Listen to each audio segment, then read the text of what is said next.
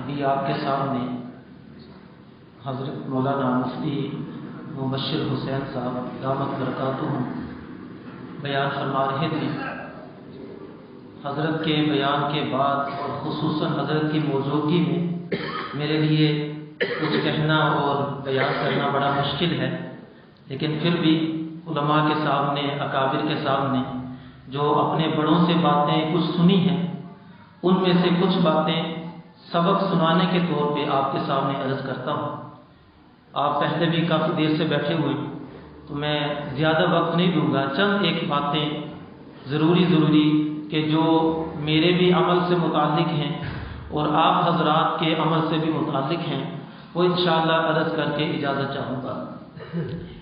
ایک دفعہ ایک صحابی رسول رضی اللہ تعالی عنہ نبی علیہ الصلوۃ والسلام کی خدمت میں حاضر ہوئے اور انہوں نے ایک ایسا سوال کیا کہ جس سوال کا جواب ہم سب کو چاہیے اور اس سوال کے جواب کی تلاش ہم سب کو ہوتی ہے اور ہونا ضروری ہے، اور انہوں نے سوال یہ کیا، من نجات یا رسول اللہ صلی اللہ علیہ وسلم، اے اللہ کے رسول میں آپ سے پوچھنا چاہتا ہوں کہ نجات کس چیز میں ہے۔ اس کی شرح میں علماء نے لکھا کہ وہ پوچھنا یہ چاہتے تھے اصل میں من نجات اے اسباب النجات، یعنی نجات کے اسباب کیا ہیں، وہ اسباب کون سے ہیں کہ جن سے بندہ دنیا کی پریشانیوں سے، دنیا کے مسائل سے، دنیا کے فتنوں سے اور آفات اور بلیات سے، مصائب سے اپنے آپ کو محفوظ رکھ سکتا ہے۔ یہ ایک سوال تھا اور اس سوال کے جواب کی ہم سب کو ضرورت ہے۔ نبی علیہ الصلوۃ والسلام نے ان کے اس سوال کے جواب میں 3 باتیں ارشاد فرمائی، اور ان 3 باتوں میں بھی جو پہلی بات ہے، اگر کوئی بندہ اس ایک بات پہ بھی صحیح طرح عمل کر لے تو شاید اس کی نجات اخروی اور دنیا کی پریشانیوں سے نجات کے لیے وہی کافی ہوگا۔ اس میں ایک بات آپ علیہ السلام نے یہ ارشاد فرمائی، فرمایا املک علیک لسانک، فرمایا کہ تم اپنی زبان کو اپنے کنٹرول میں رکھو، اپنی زبان کی حفاظت کرو، زبان کو اپنے قابو میں رکھو۔ فرمایا اگر تم یہ عمل کر لو گے تو تمہیں دنیا اور آخرت کی پریشانیوں سے نجات مل جائے گی۔ اور دوسرا فرمایا وَلْيَسَعْكَ بَيْتُكَ، کہ اپنے گھر کے اندر رہنے کو لازم پکڑو، اپنے گھر کو اپنے لیے وسیع کر لو کہ بغیر ضرورت کے بلا وجہ باہر نکلنا اور پھرنا یہ تمہارے لیے فتنے کا سبب بن سکتا ہے۔ اور تیسری بات فرمائی وَابْكِ عَلَىٰ خَطِيئَتِكَ، کہ تم اپنی برائیوں پر، اپنی خطاؤں پر اور اپنے گناہوں پر اللہ کے سامنے رو رو کر معافی مانگا کرو۔ اگر تم یہ 3 کام کر لو گے اللہ تعالیٰ تمہیں دنیا اور آخرت کی پریشانیوں سے نجات عطا فرما دے۔ اس میں پہلی چیز جو ہے یہ ذرا قابل توجہ ہے کہ زبان کی حفاظت۔ آج ہمارے معاشرے کے اندر بہت سارے گناہ زبان سے متعلق ہیں۔ معاشرے کا فساد، گھروں کا فساد اور تعلقات کا ٹوٹنا، قطع رحمی کا پیدا ہونا، میاں بیوی کے جھگڑے، ساس بہو کے جھگڑے، نند اور بھابھی کے جھگڑے، یہ سارے کے سارے جھگڑے اور یہ سارے فسادات شاید یہ ایک زبان کی وجہ سے زیادہ ہوتے ہیں۔ آپ دیکھیں اسی زبان سے انسان گالی دیتا ہے، اسی زبان سے تانا دیتا ہے، اسی زبان سے تنقید کرتا ہے، اسی زبان سے تنقید کرتا ہے، اسی زبان سے کسی کی غیبت کرتا ہے اور اسی زبان سے جھوٹ بولتا ہے۔ اور یہ ایسے بڑے بڑے گناہ ہیں کہ جو انسان کی روحانی زندگی کو بھی تباہ کر دیتے ہیں اور انسان جس معاشرے کے اندر رہتا ہے اس معاشرے کو بھی تباہ کر دیتے ہیں۔ اس میں ہم ایک چیز کو لیتے ہیں، جھوٹ بولنا، یہ زبان کا گناہ ہے۔ زبان سے انسان جھوٹ بولتا ہے اور جھوٹ ایک ایسا گناہ ہے کہ جو ہمارے معاشرے میں اتنا عام ہو چکا ہے کہ عام طور پہ لوگ اس کو کوئی گناہ سمجھتے نہیں۔ مثلا دکاندار یہ کہتا ہے کہ میری دکان بغیر جھوٹ کے چلتی نہیں، کاروبار بغیر جھوٹ کے چلتا ہی نہیں ہے. حالانکہ جھوٹ کتنا بڑا گناہ تھا. جامع ترمذی کی روایت ہے، آپ علیہ السلام نے فرمایا اذا کذب العبد، جب کوئی بندہ جھوٹ بولتا ہے، اس کے جھوٹ بولنے کی وجہ سے اس کے وجود سے ایک ایسی خطرناک قسم کی بدبو نکلتی ہے، تباعد عنہ الملک میلا، کہ اس کے پاس جو رحمت کا فرشتہ ہوتا ہے وہ 1 میل دور جا کے کھڑا ہو جاتا ہے اس کی بدبو کی وجہ سے. آج آپ دیکھیں جس گھر کے اندر ہر 5 منٹ کے بعد جھوٹ بولا جائے گا اس گھر میں برکت کیسے آئے گی؟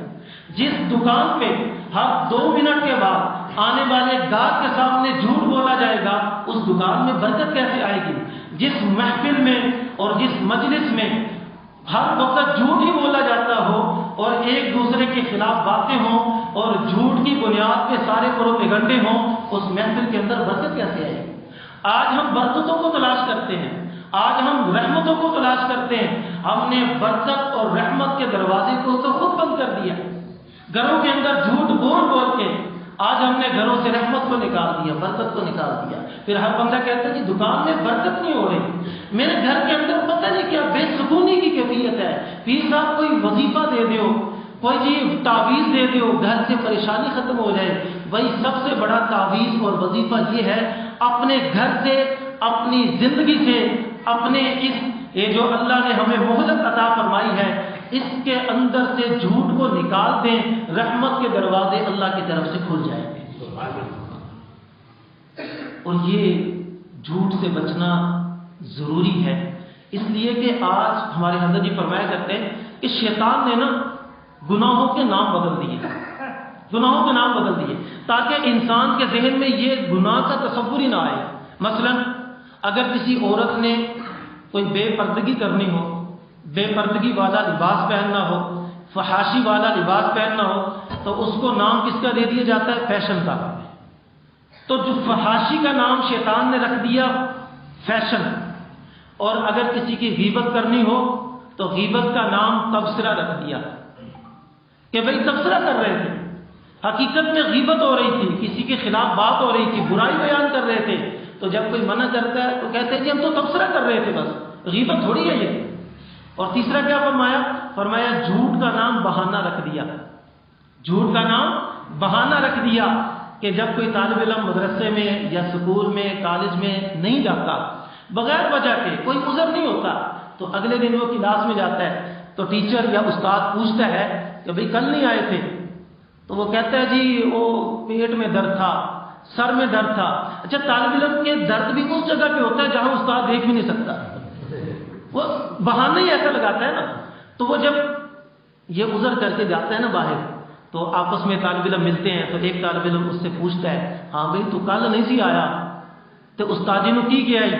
وہ کہتا میں بہانہ کر چھڑیا، میں نے بہانہ لگا دیا ہے. حقیقت میں کیا تھا؟ جھوٹ بول دیا، جھوٹ بول دیا. تو شیطان نے کہا جھوٹ نہ کہو، بہانہ کہہ دو تاکہ تمہارے ذہن میں گناہ کا تصور ہی نہ آئے. اور یہ گناہ تم کرتے چلے جاؤ، کرتے چلے جاؤ، اور تم گناہوں کے انبار اکٹھے کر لو اور تمہیں پتہ بھی نہ چلے کہ میں گناہ گار ہوں. یہ شیطان بدبخت نے ایسا ہمیں گناہوں میں لگا دیا، اس زبان کے گناہ میں اتنا ملوث کر دیا کہ آج ہمارے لیے بچنا ہی بڑا مشکل ہے. اس لیے ہمارے مشائخ اور ہمارے علماء یہ بات فرماتے ہیں کہ بھئی زبان کی حفاظت کیا کریں. حدیث پاک میں آتا ہے، صحیح بخاری کی روایت ہے، من کان یؤمن باللہ والیوم الآخر فلیقل خیرا او لیصمت. فرمایا کہ جو بندہ اللہ اور یوم آخرت پہ ایمان رکھتا ہے اس کو چاہیے کہ اگر بات کرنی ہے تو اچھی کرے ورنہ خاموش رہے.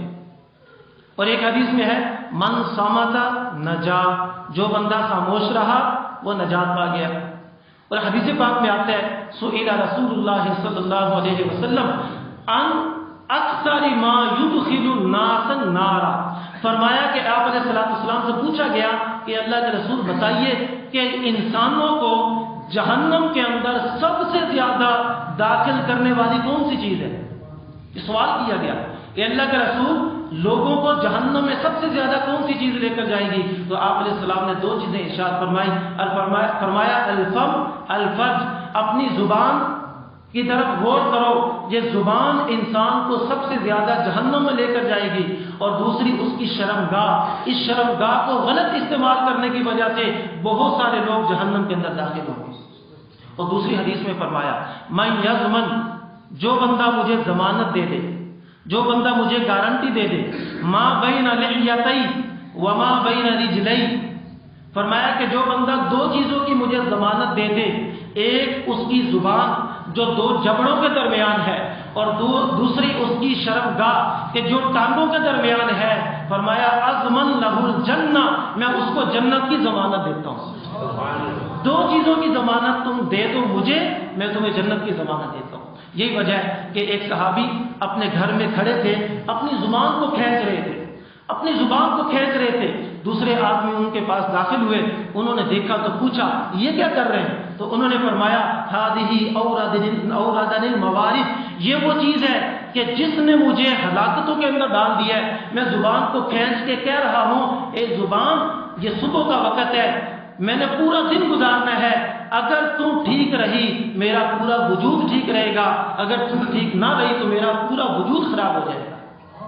ایک حدیث میں آتا ہے کہ انسان کے اعضاء، زبان کے علاوہ باقی اعضاء صبح کے وقت زبان سے کہتے ہیں اے زبان تو ٹھیک رہنا، تو ٹھیک رہنا، اگر تو ٹھیک رہی ہمارا بھی بھلا ہوگا، ہم بھی ٹھیک رہیں گے، ہم بھی ہلاکت سے بچ جائیں گے، اور اگر تو ٹھیک نہ رہی تو ہماری بھی ہلاکت یقینی ہے۔ تو زبان کتنی اہم چیز تھی کہ جس کو ہم ایسے ٹر ٹر ٹر ٹر کر کے ہم ایسے وقت گزارتے ہیں، ہم سوچتے بھی نہیں کہ ہم کہتے کیا ہیں۔ ہمارے حضرت جی فرماتے ہیں کہ میں نے ایک دفعہ نبی علیہ الصلوۃ والسلام کا ایک خطبہ جو ہے وہ پڑھا، اور اس کو میں نے اس کے الفاظ گنے، میں نے الفاظ کی گنتی کی کہ نبی علیہ السلام کا خطبہ کتنا لمبا ہوتا تھا، تو غالباً فرماتے ہیں کہ میں نے اس کے الفاظ گنے تو تقریباً 150 الفاظ، 150 الفاظ، یعنی وہ فرماتے ہیں کہ ہمارے جو بڑے خصوصاً نبی علیہ السلام کے صحابہ یا مشائخ وہ ضرورت کی بات کیا کرتے تھے، وہ فضول گفتگو نہیں کرتے تھے۔ یہی وجہ ہے کہ ہمارے سلسلے میں ذکر قلبی سکھاتے ہیں، اس کی وجہ یہ ہے کہ جب بندہ ذکر قلبی میں مشغول ہو جاتا ہے نا، پھر وہ زبان کا استعمال کم کرتا ہے۔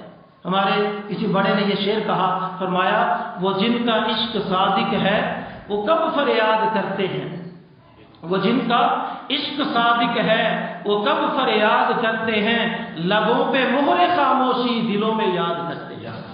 تو وہ لب ان کے خاموش ہوتے ہیں اور وہ اللہ کو یاد کر رہے ہوتے ہیں، بیٹھے وہ محفل میں ہوتے ہیں، بیٹھے وہ جلوت میں ہوتے ہیں، لیکن مزے وہ خلوت کے لے رہے ہوتے ہیں۔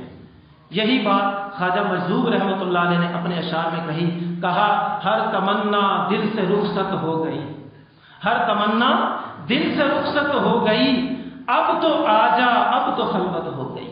فرماتے ہیں کہ اللہ میں نے اپنے دل سے ہر غیر کے خیال کو نکال دیا، دنیا کی محبت کو نکال دیا، دنیا کے خیالات کو نکال دیا۔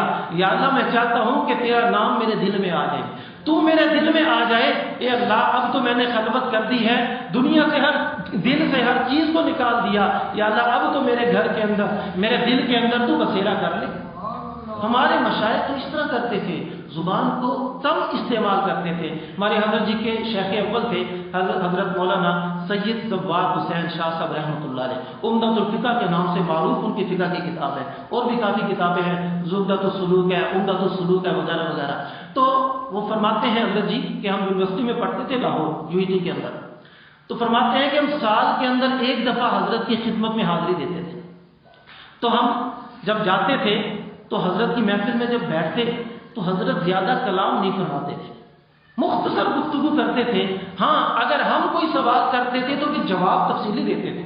فرماتے ہیں کہ ایک دفعہ ہم گئے، میرے ساتھ کچھ طالب علم تھے یونیورسٹی کے، فرماتے ہیں ہم جا کر بیٹھ گئے، تو ہم بیٹھے ہیں کہ حضرت کچھ پوچھیں گے، حضرت بیٹھے ہیں کہ ہم کوئی بات کریں گے۔ فرماتے ہیں تقریباً 2 گھنٹے بیٹھے رہے تو کوئی بات چیت نہیں ہوئی۔ حضرت نے دیکھا کہ بھئی یہ تو طالب علم کوئی بات نہیں کرتے، تو میں کوئی بات کرتا ہوں۔ حضرت نے فرمایا کہ بھئی مجھے تو زیادہ بولنے کی عادت نہیں ہے، آپ آپس میں کوئی گفتگو کر لو، میں بھی فائدہ اٹھا لوں گا۔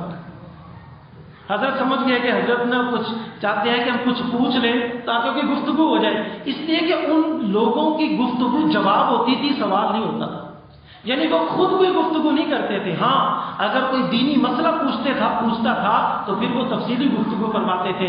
فرمایا کہ میں نے حضرت سے سوال کیا اذان کے مسئلے سے متعلق، اذان کا مسئلہ پوچھا، حضرت نے اذان کے مسئلے پر تقریباً 2 گھنٹے تقریر فرمائی.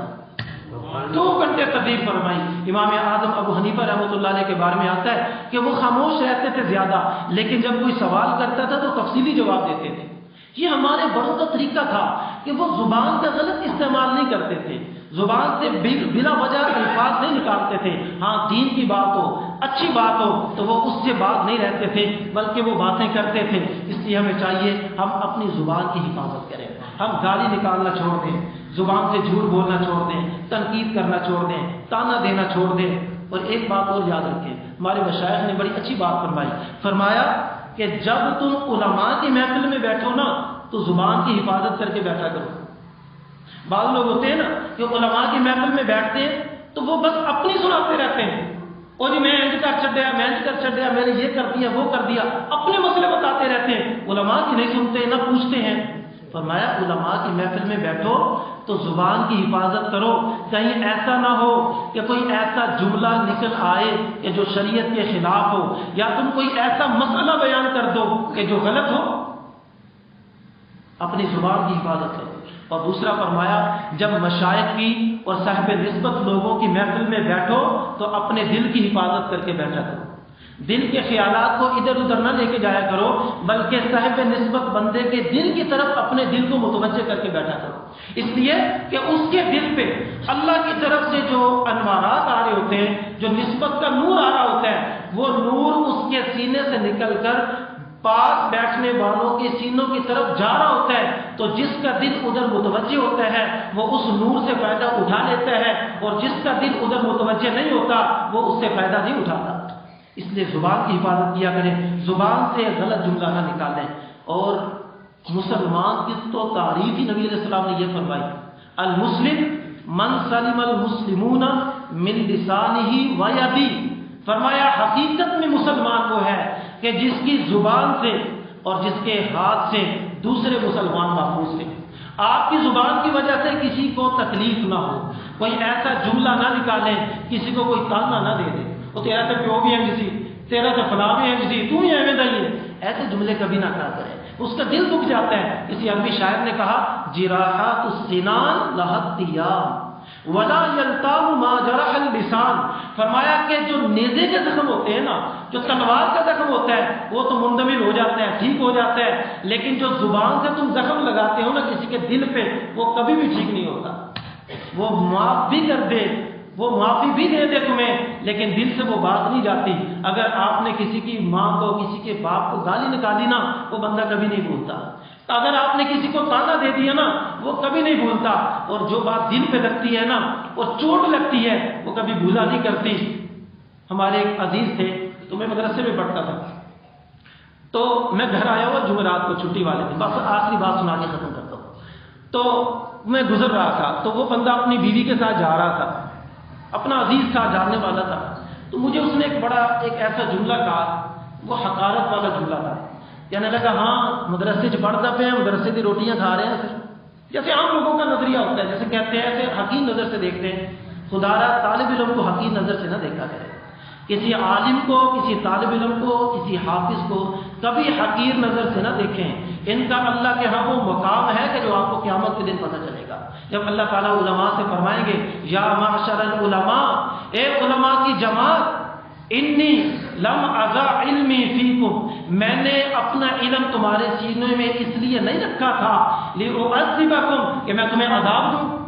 تمہیں عذاب دینے کے لیے میں نے اپنا علم تمہارے سینے میں نہیں ڈالا تھا، بلکہ اللہ تعالیٰ فرمائیں گے جاؤ میں نے تمہاری ساری خطاؤں کو معاف کر دیا، فقوموا مغفورا لکم، جاؤ میں نے تمہارے سارے گناہوں کو معاف کر دیا اور جنت میں داخل ہو جاؤ. ان کا تو وہ مقام ہوگا. اس لیے کبھی کسی کو حقیر نظر سے نہ دیکھا کرے. تو یہ اس بندے نے یہ جملہ کہا، میرے دل میں اب بھی وہ یعنی کہ خیال آتا ہے، میں نے اسے معاف تو کر دیا تھا، دنیا سے اب چلا گیا، میں اس کے لیے دعا بھی کرتا ہوں، لیکن وہ بات آج تک مجھے یاد آتی ہے. جب بھی مجھے وہ بندہ یاد آتا ہے نا، مجھے اس کا جملہ یاد آ جاتا ہے۔ بتانا یہ چاہتا ہوں، اگر آپ کسی کو حقارت کی نظر سے یا کسی کو چھوٹا سمجھ کے، کمتر سمجھ کے کوئی ایسا جملہ کبھی کہتے ہیں نا، اس کے دل سے کبھی جاتا نہیں۔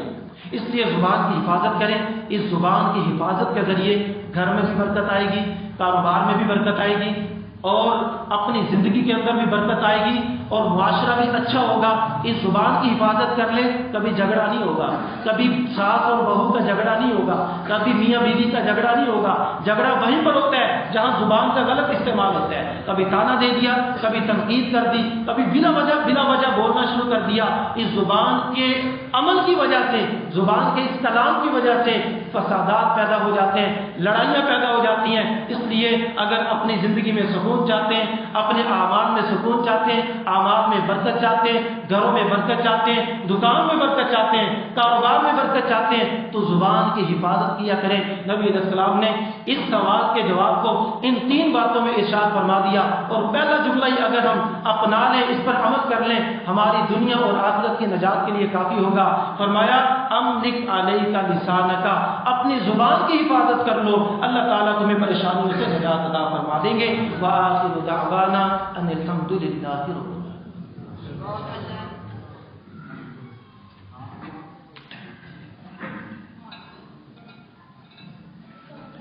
اللہ جل شانہ آپ سب اللہ کو جزائے خیر عطا فرمائے۔ ساتھ ہی وضو فرما لیں، اذان ہوگی، اذان کے بعد جو ہے نماز ہوگی، اور انشاءاللہ نماز اندر ادا کی جائے گی تاکہ ساتھی جو ہے سارے پورے آ جائیں۔ تو وضو کر لیں، اذان ہو رہی۔